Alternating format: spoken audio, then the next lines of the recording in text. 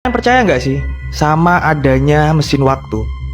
Atau mungkin sebuah portal yang dapat membawa manusia untuk kembali ke masa lalu atau bahkan menuju masa depan.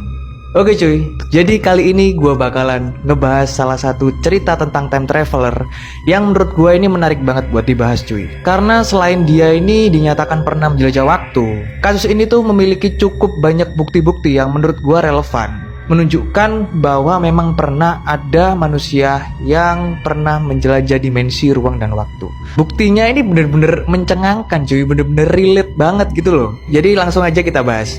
Tepatnya di siang hari, pada tanggal 23 April 2006, ada seseorang yang terlihat seperti kebingungan dan kayak tersesat gitu loh cuy. Kejadian ini terjadi di suatu kota di Ukraina. Polisi yang melihat gerak-gerik dari pria yang mencurigakan tersebut akhirnya memutuskan untuk menghampiri pria tersebut cuy. Selain terlihat mencurigakan, polisi itu juga heran kenapa pria ini memakai baju yang dianggap itu kayak kuno gitu loh cuy. Jadi bajunya itu nggak sesuai sama baju-baju yang digunakan sama pria-pria di zaman itu. Pakaian jadul yang digunakan sama si pria ini adalah pakaian di era Ukraina yang masih tergabung dengan Uni Soviet. Sedangkan di zaman itu, Uni Soviet itu udah bubar dan terbagi menjadi beberapa bagian. Akhirnya polisi pun memutuskan untuk melihat tanda pengenal atau identitas dari pria tersebut cuy. Pas waktu dicek nih ya, polisi itu bener-bener kaget.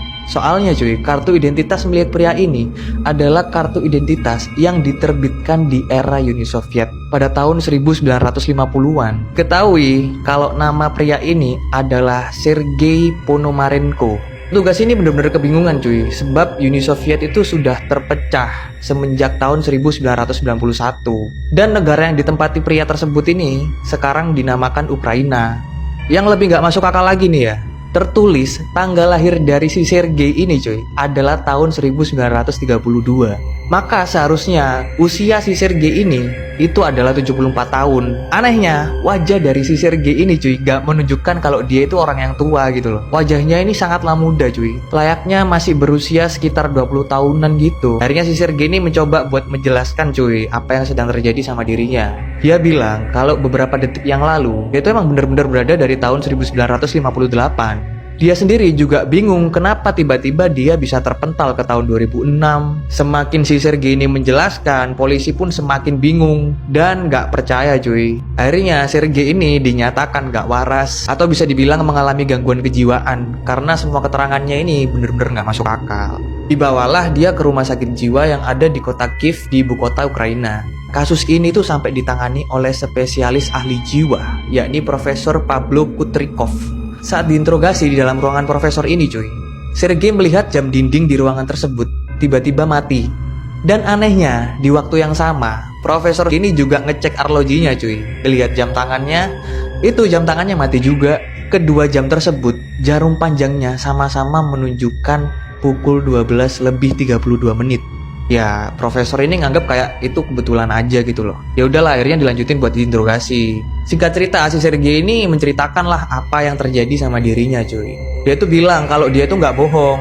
Dia benar-benar lahir di kota Kiev tahun 1932 dan saat ini usianya adalah 25 tahun. Dia juga bilang kalau dia itu datang dari tahun 1958. Secara aja profesor ini nggak langsung percaya cuy. Akhirnya si profesor ini minta sama si Sergei buat inget-inget kembali gitu loh, apa sih yang sebenarnya terjadi. Sergei ini cerita kalau waktu itu dia itu pengen liburan. Nah, pas keluar dari rumahnya ini cuy, dia nggak sengaja ngelihat sesuatu benda yang mirip seperti lonceng sedang terbang di langit. Karena tertarik dengan fenomena tersebut, si Sergei ini memotret benda tersebut. Sergei ini bilang kalau setelah ngefoto benda tersebut, dia tiba-tiba pindah ke tahun 2006. Sang profesor ini pun meminta klise film yang ada di kamera Sergei untuk membuktikan pengakuannya. Jadi kalau kamera jadul-jadul itu kan masih pakai klise film gitu loh cuy. Akhirnya Profesor Pablo ini memanggil sosok ahli fotografi yang bernama Vadim Posner untuk membantunya menangani kasus dari Sergei tersebut. Vadim ini bener-bener dibuat kaget begitu melihat kamera yang dibawa sama si Sergei ini cuy. Soalnya kamera yang bermerek Yashica yang diproduksi oleh perusahaan Jepang, produksinya ini sudah dihentikan sejak tahun 1970-an cuy.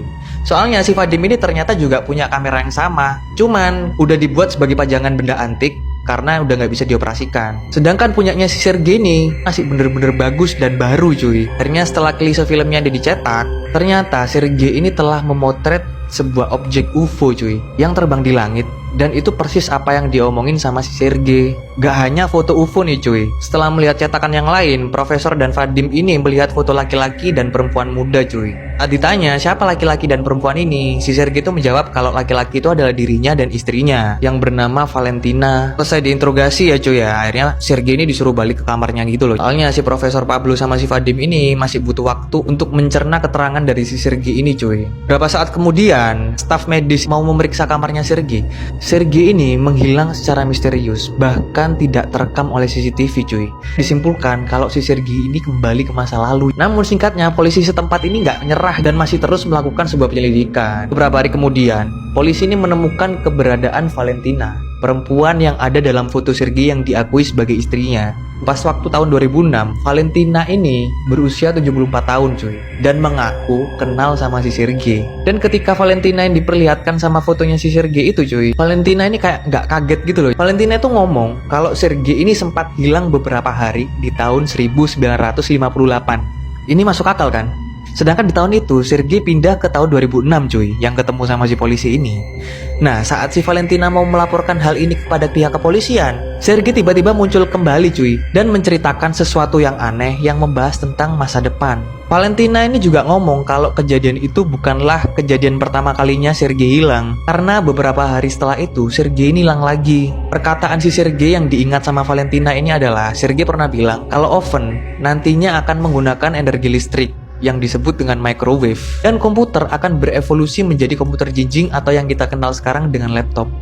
Sumpah ini gila sih. Setelah kedatangan polisi inilah baru si Valentina ini percaya dan mengakui kalau si Sergei tahu tentang masa depan. Ini gokil dan aneh banget sih cuy. Pada tahun 1970, si Valentina ini tiba-tiba nerima sebuah surat yang dikirim dari si Sergei cuy. Isinya adalah sebuah kabar yang bilang kalau nggak usah khawatir karena keadaan si Sergei ini baik-baik aja. Yang nggak masuk akal lagi cuy, dia ini juga menyelipkan sebuah foto dirinya dengan pemandangan gedung dan sungai di belakangnya. Dia bilang kalau semisal sekarang dia ada di tahun 2050. Dan di balik foto tersebut tertulis sebuah pesan kalau jangan mengkhawatirkan aku akan segera mencari cara untuk pulang. Sumpah ini aneh banget sih. Pertanyaan gua, Sergei ini ngirim suratnya lewat siapa? Dan lewat mana? Ya kan? Kok bisa nyampe sama si Valentina yang ada di masa lalu gitu loh. Pas dilihat